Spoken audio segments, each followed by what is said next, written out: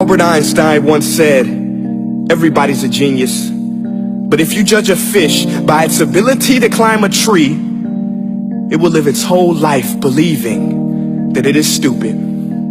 Ladies and gentlemen of the jury, today on trial we have modern day schooling. Glad you could come. Not only does he make fish climb trees, but also makes them climb down and do a 10-mile run. Tell me, school, are you proud of the things you've done?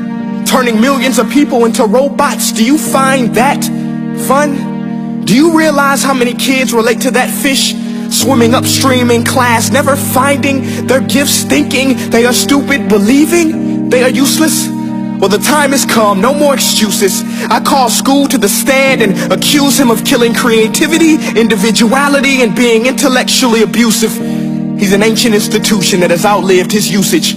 So, Your Honor, this concludes my opening statement, and if I may present the evidence of my case, I will prove it. Proceed. Exhibit A. Here's a modern day phone. Recognize it?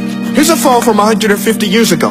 Big difference, right? Stay with me. Here's a car from today, and here's a car from 150 years ago. Big difference, right? Well, get this. Here's a classroom of today, and here's a class we used 150 years ago. Now ain't that a shame? In literally more than a century, nothing has changed. Yet you claim to prepare students for the future? But with evidence like that, I must ask, do you prepare students for the future or the past? I did a background check on you and let the record show that you were made to train people to work in factories, which explains why you put students in straight rows, nice and neat, tell them sit still, raise your hand if you want to speak, give them a short break to eat, and for 8 hours a day tell them what to think.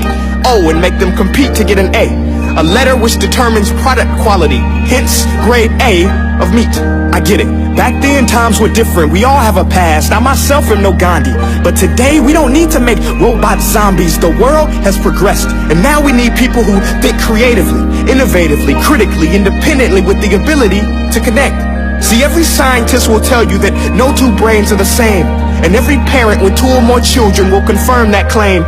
So please explain why you treat students like cookie cutter frames or snapback hats, giving them this one-size-fits-all crap. Watch your language. Sorry, Your Honor, but if a doctor prescribed the exact same medicine to all of his patients, the results will be tragic. So many people would get sick, yet when it comes to school, this is exactly what happens. This educational malpractice, where one teacher stands in front of 20 kids, each one having different strengths, different needs, different gifts, different dreams, and you teach the same thing the same way?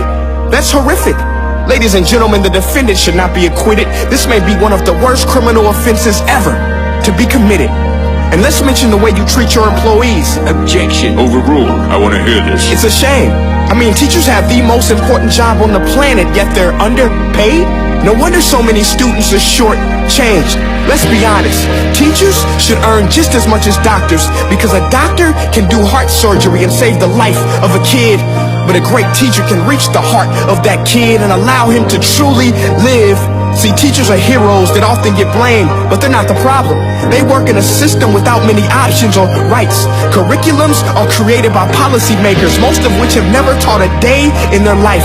Just obsessed with standardized tests. They think bubbling in a multiple choice question will determine success.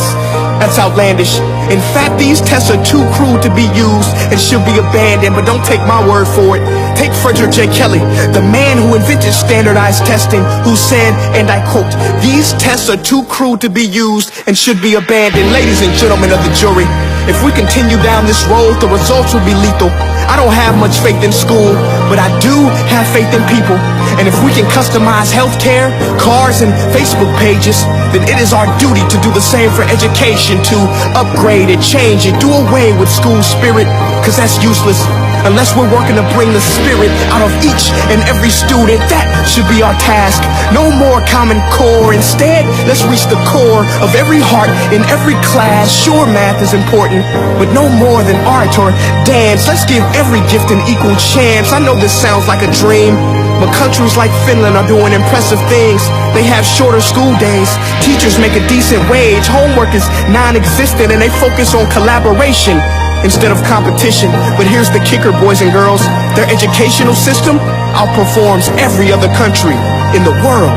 Other places like Singapore are succeeding rapidly. Schools like Montessori, programs like Khan Academy. There is no single solution, but let's get moving.